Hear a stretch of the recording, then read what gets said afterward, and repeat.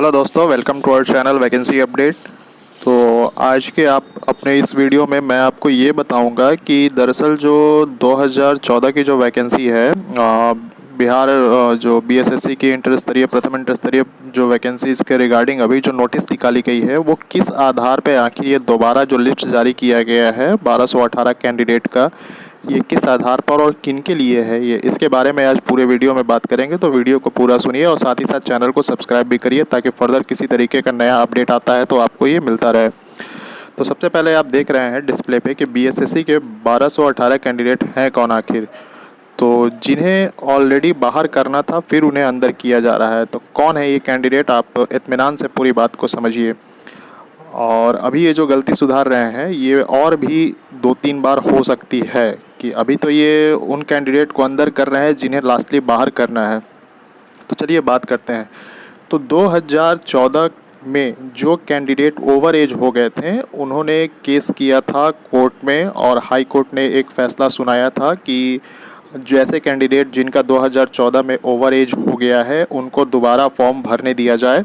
और इसके लिए 2016 में पोर्टल खोला गया था ताकि वैसे कैंडिडेट जिनका एज ओवर था वो फॉर्म फिल कर सकें। तो उस समय सारे ऐसे कैंडिडेट जिनका एज ओवर हो चुका था उन्होंने फॉर्म फिल किया, अपने कैटेगरी के साथ एमबीसी हैं कि बीसी हैं जाति के साथ फॉर्म फिल किया। और साथ ही साथ उनसे ज़्यादा ऐसे फर्जी कैंडिडेट ने भी फॉर्म फिल कर दिया जिनके लिए ये फॉर्म फिल नहीं करना था, उनके लिए ये फॉर्म ओपन नहीं हुआ था। यानी कि 2015 के पास आउट वाले ने भी फॉर्म फिल कर दिया था और जो नए कमर हैं, जो नए लड़के थे 25 साल 26 साल वाले, उन्होंने भी फॉर्म फिल कर दिया। तो इस हिसाब से चलिए उस समय इन लोगों ने चेक नहीं किया कि किन किन लोगों ने फॉर्म भरा है और वो उनका एप्लीकेशन जिन्होंने खोला था वो पोर्टल की कमी थी कि ऐसे कैंडिडेट को भी फॉर्म भरने दिया गया जिन्हें फॉर्म नहीं भरना था। ये सारी बातें हो गई। पीटी का एग्ज़ामिनेशन हुआ। अब पीटी का एग्ज़ामिनेशन हुआ तो उनको उसी समय चेक करना चाहिए था जो वो आज चेक करके बता रहे हैं। अगर बात कर ले, अभी काउंसलिंग होने की बात की मांग की जा रही थी कैंडिडेट के द्वारा, तो इन्हें जो है मेंस में पास आउट वाले कैंडिडेट और साथ ही साथ जो टाइपिंग दिए हैं या फिर जो फिज़िकल दिए हैं उनका लिस्ट चेक करना चाहिए था कि किन्हें काउंसलिंग में बुलाना है। जबकि इन्होंने चेक किया जो पीटी के जो कैंडिडेट पास आउट हुए थे उनका ये चेक कर रहे हैं। मतलब कि आयोग पता नहीं सोई रह रही है, सोने के बाद उठती है तो याद आता है कि पहले शुरू से चेक करेंगे। ठीक है, तो समझिए कौन है ये 2014 वाले कैंडिडेट जो हैं।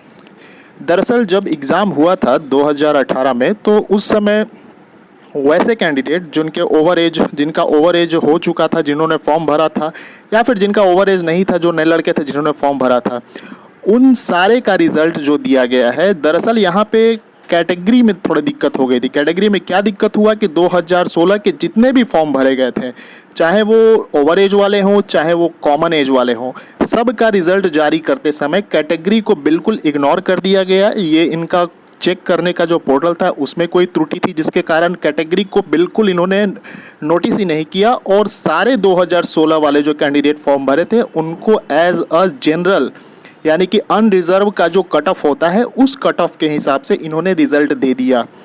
अब जब इन्होंने चेक किया तो इन्होंने पाया कि उस समय के जो कैंडिडेट जो कि बीसी के अकॉर्डिंग उनका कट ऑफ कम होना चाहिए था और उनका सिलेक्शन होना चाहिए था मेंस एग्जामिनेशन के लिए। देखिए, मैं ओवर एज और फर्जी दोनों की बात कर रहा हूँ। तो फिर जब इन्होंने चेक किया तो देखा कि एमबीसी और बीसी जो कैंडिडेट हैं वो जो है पूरी तरीके से छट गए थे उस समय। मतलब उनको जो कोटा का लाभ मिलना चाहिए था, कम मार्क्स पे कट ऑफ के तहत उनको मेंस देने के लिए बुलाना चाहिए था, वो नहीं बुलाया गया। तब इन्होंने उसमें संशोधन किया और वो सारे कैंडिडेट जिनको कैटेगरी वाइज लाभ नहीं मिल पाया और उनका रिज़ल्ट नहीं हो पाया मेंस एग्जामिनेशन के लिए, वो हैं ये 1218 कैंडिडेट। और उस समय के वैसे कैंडिडेट जो कि अनरिजर्व थे उनका हुआ और साथ ही साथ जो रिजर्व कोटा के थे, बीसी थे, बैकवर्ड कास्ट हो चाहे एससी एसटी हो, अगर उनका नंबर जनरल के अकॉर्डिंग आया तो उनका रिज़ल्ट तो हो गया क्योंकि उनको कोटा के कट ऑफ का मार्क्स का ज़रूरत ही नहीं पड़ा, यानी कम मार्क्स लाने की ज़रूरत नहीं पड़ी क्योंकि उनका मार्क्स जो था जनरल के अकॉर्डिंग बराबर आ गया था। इस कारण सबका रिज़ल्ट हो गया क्योंकि सबको उसने अनरिजर्व के कट ऑफ पे मेंशन करके अनरिजर्व के कट ऑफ को बेस बना के उनको पास आउट किया। यानी 2016 के सारे कैंडिडेट का जो है वो आपका कट ऑफ है वो अनरिजर्व की तरह मेज़र किया, जिसके कारण जो है उनको आरक्षण का लाभ नहीं मिल पाया। और इसी लाभ को देने के लिए ये फिर से ये 1218 कैंडिडेट लाए हैं। तो अब बात कर लेते हैं कि ये 1218 कैंडिडेट का फिर से एग्ज़ामिनेशन लेंगे। एंड लास्टली इनको शायद पता होना चाहिए कि मैक्सिमम नंबर ऑफ़ कैंडिडेट जो हैं 2016 में वो फर्जी हैं। तो फिर एक बार जाके आपको लफड़ा होगा काउंसलिंग के समय। फिर इन सब को मतलब जिनको इनके पास अभी तो खाली ये डाटा निकाले हैं कि इनको रिजर्वेशन के तहत कट ऑफ नहीं दिया गया, फिर उस समय डाटा निकालेंगे कि ये लोग जो है नए लड़के थे, इनको फॉर्म नहीं भरना था, फिर उनसे उस समय उनको हटाया जाएगा। तो एक तरीके से ये काम पुराना काम निकाल के आगे उलझन पैदा करने वाली बात हो रही है। तो ये सारे कैंडिडेट वही हैं और मैं यहाँ पे आपको प्रूफ नहीं दे रहा हूँ क्योंकि मेरे पास है एक दो कैंडिडेट ऐसे हैं जिनका बारे में मुझे पता है, उनका रोल नंबर पता है, बट डेट ऑफ बर्थ मेरा पता नहीं है। इस कारण से मैं उनसे बात किया हूँ। तो मेरे जूनियर ही हैं, तो उनका कहना है कि हाँ उनका हुआ है ऐसा, मतलब उनका नहीं हो पाया था। और बीसी में और बैकवर्ड कास्ट के ही 2 कैंडिडेट थे जिनका बोला कि मुझे नहीं हुआ है, तो उनका जो है नंबर थोड़ा कम गया था और रिजर्वेशन कोटा उनको मिल नहीं पाया था। तो अब जो है उनको फिर से दोबारा फॉर्म भर रहे हैं वो फिर से। तो यही है सारी बातें और मुझे जहाँ तक लगता है फिर से प्रॉब्लम क्रिएट होगा ही होगा। तो पता नहीं, इनका तो कहना है 1 महीना में सब क्लियर करेंगे, नवंबर तक काउंसलिंग शुरू करेंगे। फिर काउंसलिंग के समय इनका होगा लफड़ा, फिर से ये कुछ कैंडिडेट को छांटेंगे, लगाएंगे, यही चलता रहेगा अभी।